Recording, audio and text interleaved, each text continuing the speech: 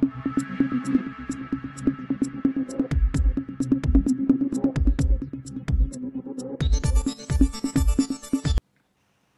اللہ الرحمن الرحیم۔ ناظرین، پروگرام کرنٹ افیئر کے ساتھ آپ کا میزبان سید آصف علی حمدانی حاضر خدمت ہے۔ ناظرین، اس وقت نواز شریف دبئی میں ہیں اور آج ان کی بڑی اہم ملاقات ہوئی ہے، کوئی 2-3 گھنٹے پہ مشتمل ملاقات تھی ملک ریاض جو بحریہ ٹاؤن کے چیف ایگزیکٹو ہیں ان کے ساتھ۔ اس ملاقات کی اندرونی کہانی ابھی سامنے نہیں آئی ہے، لیکن عام ذرائع جو ہیں وہ یہ بتا رہے ہیں کہ وہاں پہ جو یہ ملاقات ہوئی ہے، یہ کیونکہ اس وقت ملک ریاض جو ہیں وہ بھی زیر عتاب ہیں پاکستان میں، تو ان کے ساتھ کوئی گیو اینڈ ٹیک ہو رہا ہے، کچھ ان کے ساتھ بھی مالی معاملات جو ہیں جو اس وقت ہماری معیشت کی صورتحال ہے اس کے بارے میں شاید ان سے کوئی بڑی کنٹریبیوشن کا تقاضا کیا جا رہا ہے۔ پیپلز پارٹی پہلی دفعہ سیخ پا ہے موجودہ جو ابھی سیٹ اپ بن رہا ہے اس پہ کہ یہ کون سی ڈیل ہے جس ڈیل کے ذریعے پہلے ہی ایک شخص جس کے اوپر مقدمات ہیں جو سزا یافتہ ہے اس کے ایک دن میں سارے مقدمات میں بھی ضمانتیں ہو جاتی ہیں، اس کو پروٹوکول بھی مل جاتا ہے، اور انہوں نے یہ بھی الزام عائد کیا ہے بلکہ جو ہیں قمر و زمان کائرہ اور جو ایک اور ان کے ڈپٹی سپیکر فیصل کریم کنڈی ہیں، انہوں نے انکشاف کیا ہے کہ پنجاب کے اندر جو موجودہ ابھی گورنمنٹ ہے یہ فل سپورٹ کر رہی ہے مینار پاکستان کے جلسے کو کامیاب کرنے کے لیے۔ گاڑیوں کی پکڑ دھکڑ بھی انتظامیہ کے ذریعے ہوئی ہے، اور ساتھ وہ یہ بھی الزام لگا رہے ہیں کہ پٹواریوں کو، تحصیلداروں کو، تمام کو ٹاسک دیے گئے ہیں کہ وہ بندوں کو گھروں سے اٹھا کے جلسہ گاہ پہنچائیں۔ انہوں نے یہ بھی انکشاف کیا ہے کہ یہ لگ رہا ہے کہ نواز شریف تمام معاملات سے نکل کر وزیر اعظم ہاؤس اس کو بٹھا دیا جائے گا، اور انہوں نے کہا کہ اگر ریگنگ ہوئی الیکشن میں تو یہ ایک خوفناک نتائج اس کے آئیں گے اور عوام کسی صورت بھی ریگنگ کو قبول نہیں کرے گی۔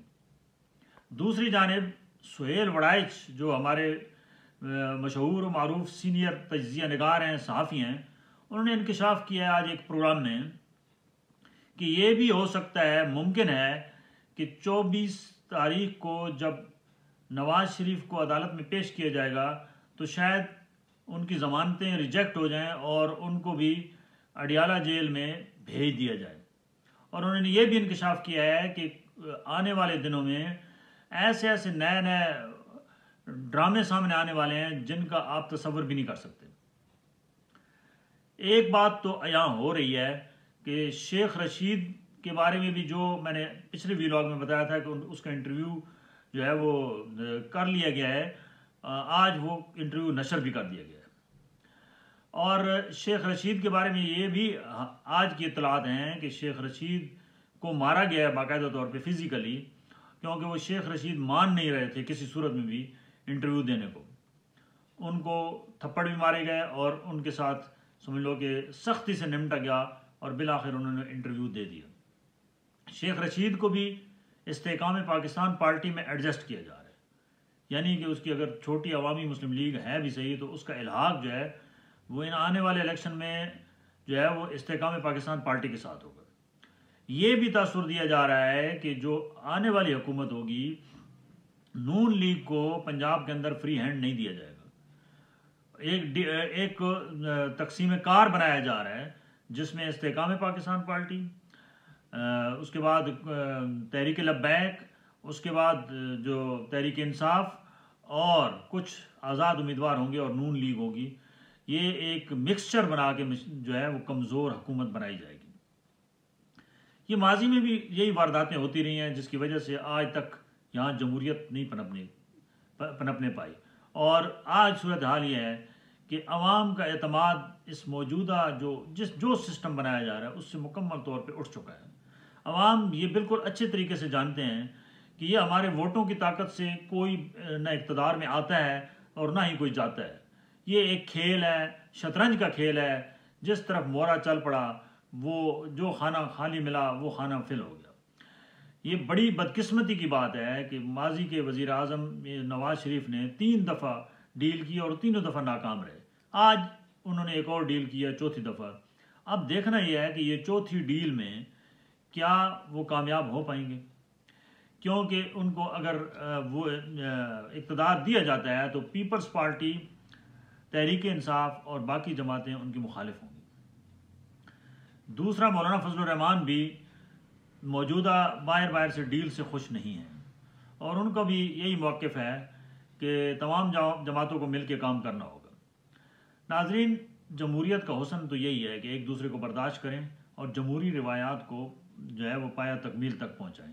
لیکن پاکستان میں یہ سارا کچھ کنٹرولڈ ہے. یہاں سوئچ کہیں اور سے آن ہوتا ہے، سیاستدان تب آن ہوتا ہے، اور سوئچ جو ہی آف ہوتا ہے وہ سیاستدان، اس کی سیاست، ہر چیز آف ہو جاتی ہے. یہ اس سسٹم کو بدلنے کے لیے ضروری ہے کہ جمہوری طریقے سے تمام جماعتیں پہلے اپنی جماعتوں کے اندر جمہوریت لائیں، پھر اس ملک کے اندر جمہوریت کی بات کریں. ہر جماعت کے اندر ڈکٹیٹرشپ ہے، جب تک وہ ختم نہیں ہوگی اور جماعتوں کے اندر بھی جمہوریت نہیں آئے گی تو پاکستان میں جمہوریت کا خواب محض ایک خواب ہی رہے گا. دوسرا آج بڑا اہم میچ تھا پاکستان کا اور آسٹریلیا کا. آسٹریلیا نے آج دل کھول کے پاکستانی بولرز کی پٹائی کی، اور یہ لگ رہا تھا کہ جیسے یہ پاکستانی بولرز نہیں ہیں، یہ کوئی چھوٹی ٹیم ہے نیدرلینڈ کی یا کسی اور چھوٹے ملک کی.